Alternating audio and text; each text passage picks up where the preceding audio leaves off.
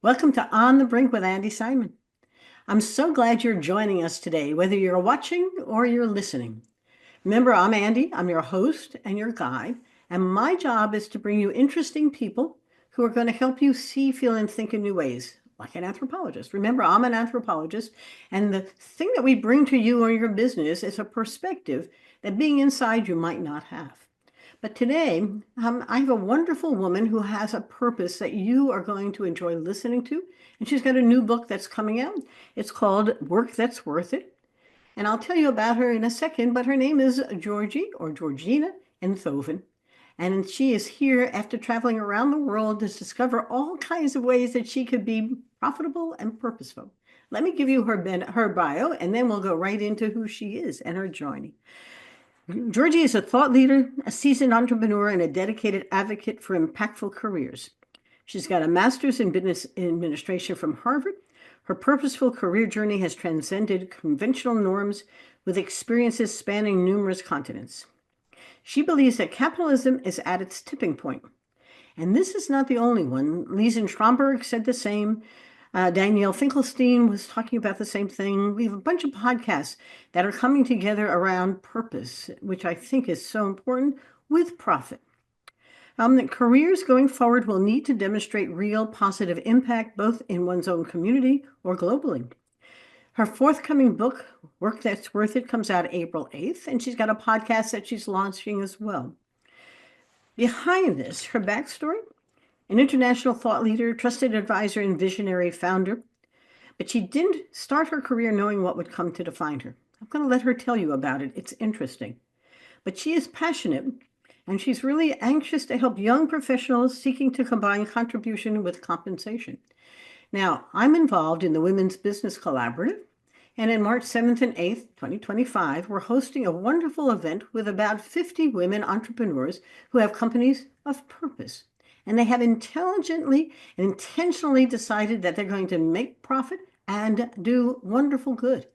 Significance is not at odds with profit. And we're going to talk a lot about today how you can do that, regardless of what level you're at, what career you're in. Georgi, thank you so much for joining me. Oh, it's a delight to be here. Thank you for that wonderful introduction.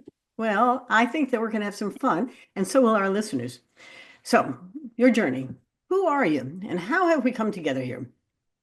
Yeah, I am very grateful to be here, and I love everything that you've mentioned with purpose and profit coming together. And as I talk about having a contribution you're making to the world and being compensated in a way that invigorates you and gives you energy to keep going. So my journey really helped shape where I am today. I started off graduating from UC Berkeley, and I was really eager to do good in the world. It was quite a theoretical education at the time at Berkeley, and I studied a major that I pieced together that was a little bit like political science, but I ended up calling it third world development, that in today's world would be emerging markets. And I really wanted to go work for the World Bank or do something significant to help people's lives. And upon graduation, I was looking for jobs, and I found it really hard to find something that could contribute positively to the world in the areas of my interest and could meet my ambition. And so the jobs that I sort of encountered at first were more like handing out flyers for Greenpeace or the Nature Conservancy. And I just really didn't see a pathway forward for me in that avenue. And so I was living in San Francisco, and I got sucked up really early into the tech world, which I think happened to many UC Berkeley grads at that time, and still probably today. And I ended up in a tech company that I really enjoyed, and I worked really hard and did really well and moved up quickly and got compensated very well. But I found it very unfulfilling on a soul level.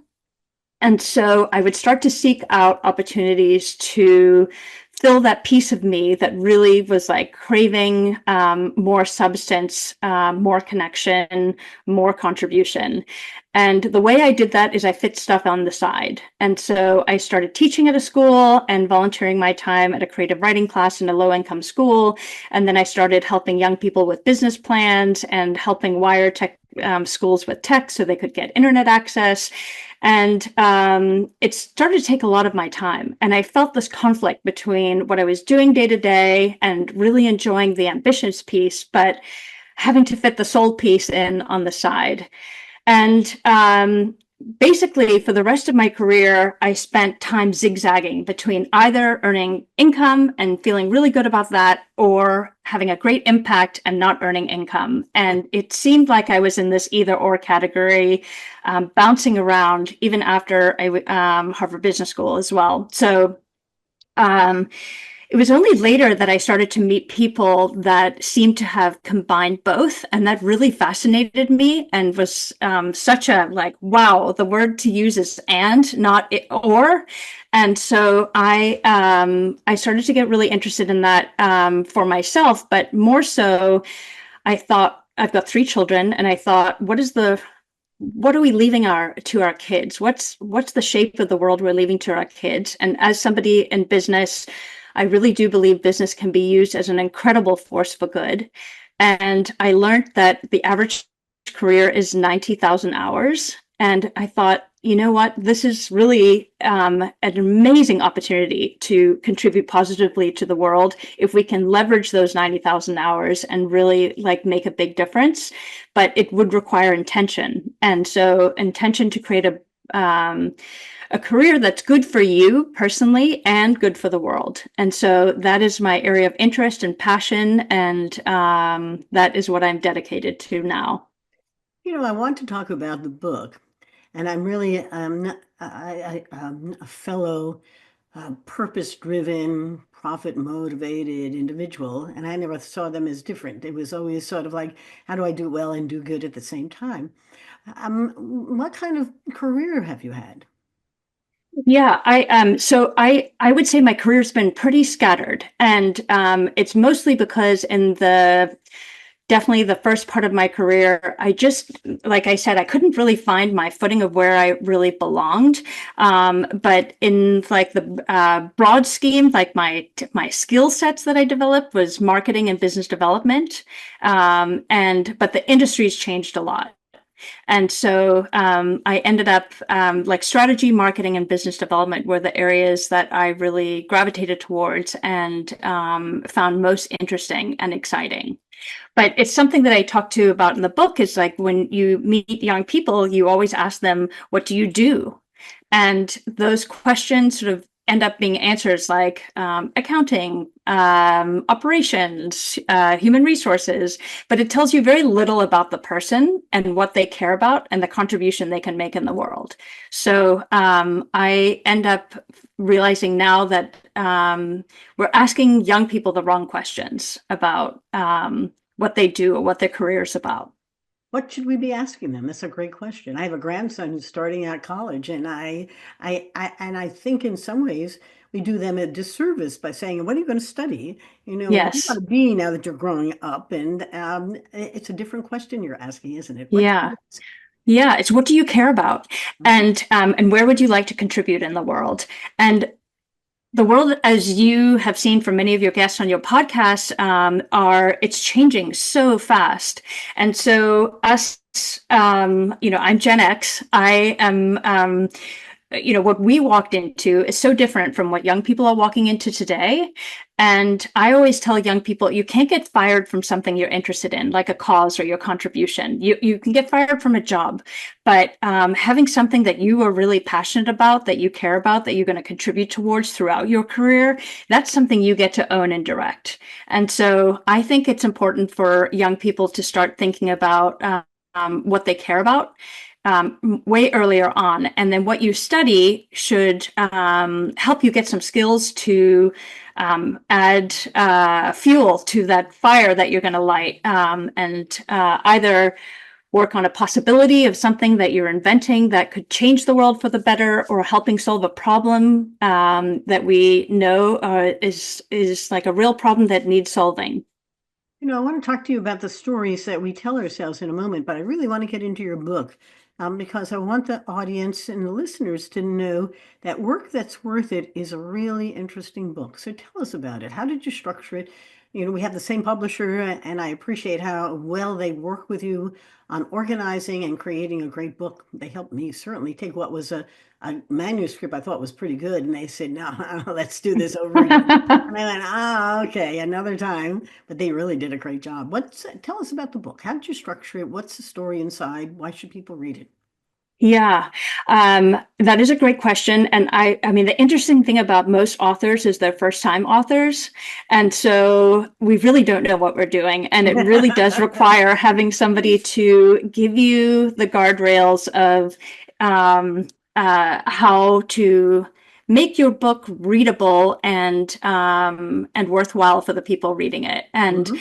I think for me, the biggest thing from where you said you started with like a completed manuscript and then they said, uh-oh, back to the drawing board. I had that same experience. And for me, my original book was just too broad. I thought my audience between 18 and 35 felt like very targeted. And they said, no, no, no, no, no, you're writing for one person. And so that was for me an absolutely critical and wonderful way to reframe writing the book. And it's, if your life ended tomorrow, who are you really upset you didn't get the message to? And so I narrowed that down to like a combination of clients and myself, and put that into one person. And so the book walks through 4 different people in different stages of your career, and I think we all touch upon these stages throughout our career. But the concept is how to have a career that is impactful, but also benefits your own life as well. So how can you do good for the world and good for yourself? And so it talks about the person who's doing great things in the world, but they are not benefiting themselves sufficiently. And those people burn out. And I call those people the unrewarded do-gooder. Yep. And so we all know a lot of them. Great And I name. have, Yep. yeah, I have been that person. Yep. But it's where you're working incredibly hard for something you really believe in, but you cannot sustain the energy. And the clients I've had in that space, they say, I've been in a pit of despair. Like, I just honestly don't know where to turn. People keep saying, you're amazing, you're doing such great work, I'm but I can't afford to starving. pay rent. I can't pay for it to rent. I don't know if I'll be able to have children. And these are real concerns. And these people are the people that I think are so important to give a bigger platform and a bigger stage. So my goal with the book is to get people from that stage into what I call disruptor for good, which is where they are looking after themselves and contributing positively to the world. There's a couple other categories that I touch on the book as secondary markets, but one is the uninspired achiever. And that's the person that's doing really well for themselves, like I did early on in my career in tech. It's like ambitious, you're earning money, you're climbing up the ladder, but you feel very uninspired by what the work you're doing. And the other category is the replaceable employee, where you are frustrated because you've got more to offer, but you're not doing good for you and you're not doing good for the world. And I think most of us have also had jobs in that space too. So the book helps you create builds in the self-reflection to get your direction right.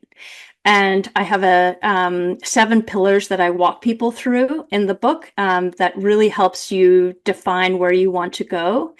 And I also include, I just think they're remarkable stories of humans that are doing incredible work in the world and are able to find they've been able to find this sort of very delicate craft of balance of where you can have income and impact of all different industries, all different, genders, countries. So it's small businesses, big businesses. But I show people examples, which I would say are role models and pathways for people to get inspired by.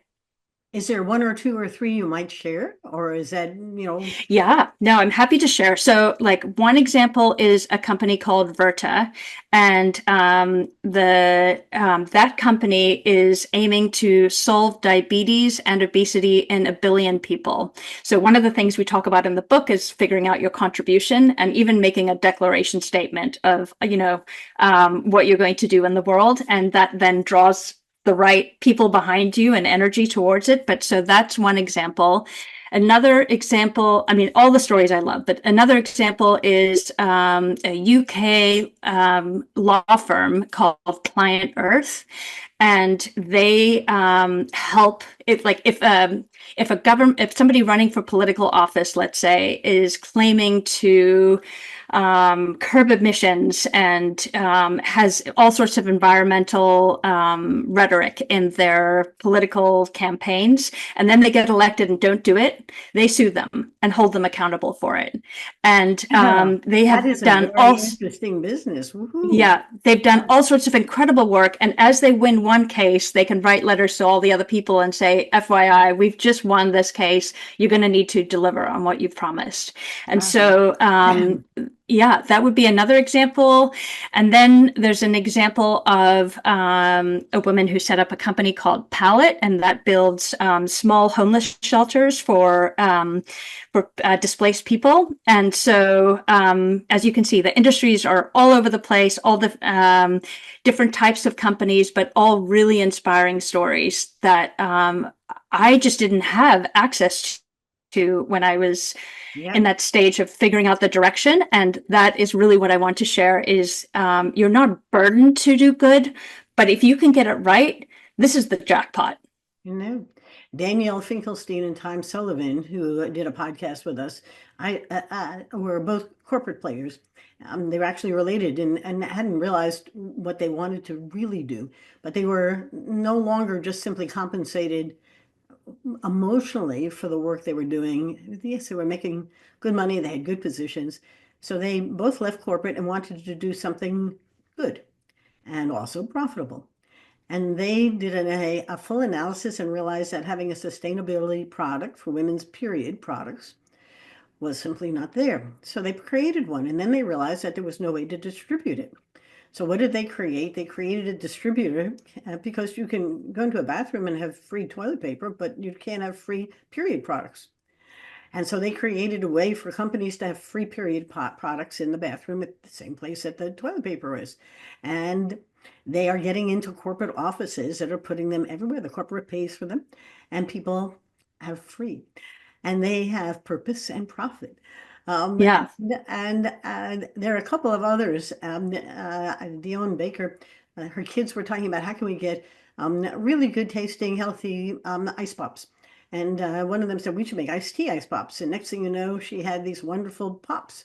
And they're profitable and purposeful. They're healthy and they're also fun to eat. And so the world, I think we almost need a directory of all the world's purposeful, profitable companies so you can see the scope of it. Your book is going to be Yeah. timely. You want to Yeah, see and I mean, one of the easiest places for someone to go to if they're curious is to look up B Corps in the city that you live in, because those companies are, you don't worry, you don't have to filter them. The B Corp organization has already done that, so that's a great place to start. But there are so many even beyond that that are doing incredible things, and the people doing this great work, we want them in boardrooms and C-suites, like those people who are willing to make Yep. the ethical decision and to go a little bit further, maybe have a longer term view.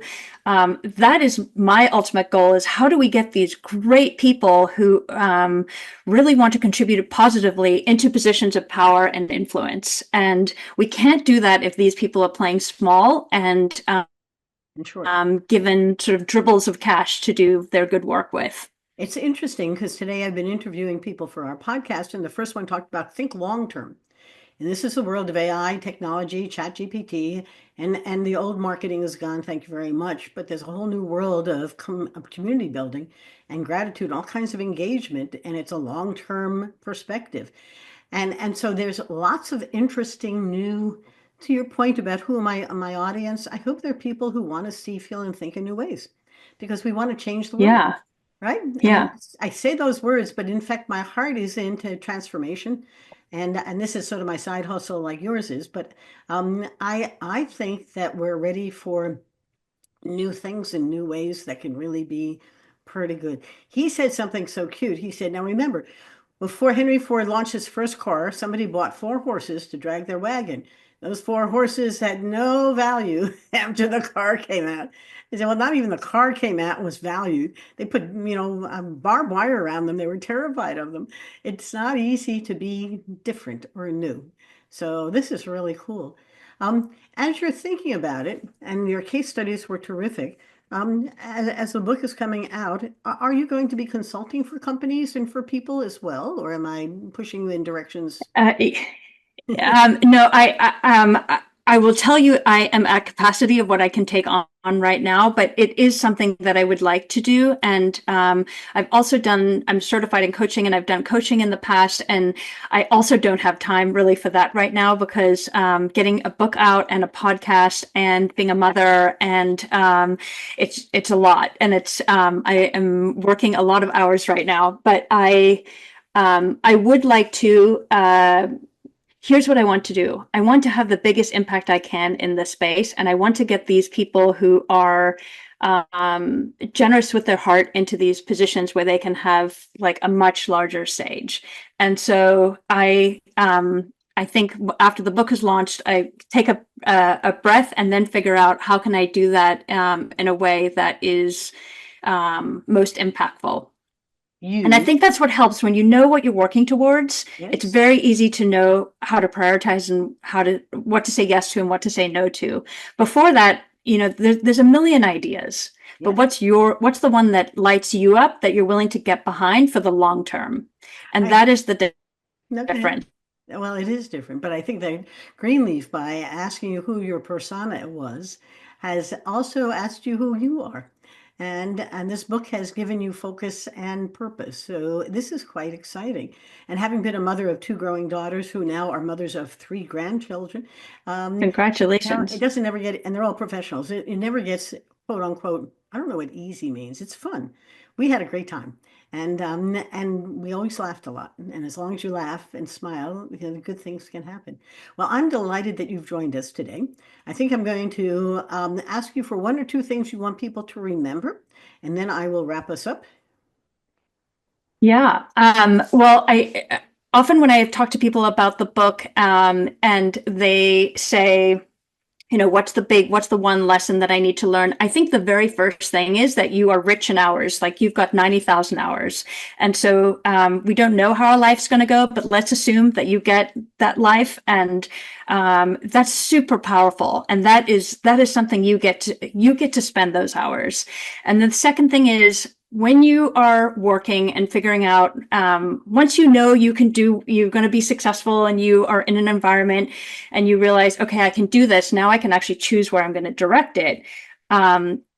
Focus on problems worth solving. I run into so many people who are doing all sorts of busy work, but if you say, what is the problem you're solving? They can't really articulate it, or their mother can't, or grandmother can't. And so make sure you're solving a problem worth solving, and then ask yourself, is it worth my time? Yep. And so those are the things that I would say to leave you with is, important questions to ask yourself. I love it. It's been wonderful. So let me thank you for joining us today. It's been an absolute pleasure. And Georgi Enthoven has a book, Work That's Worth It, and it's coming out April 8th, and you should all run and buy it because I think it's going to open your hearts and your minds to what's possible. And that's really what's really important right now. And all of this is something you can think about for your own life.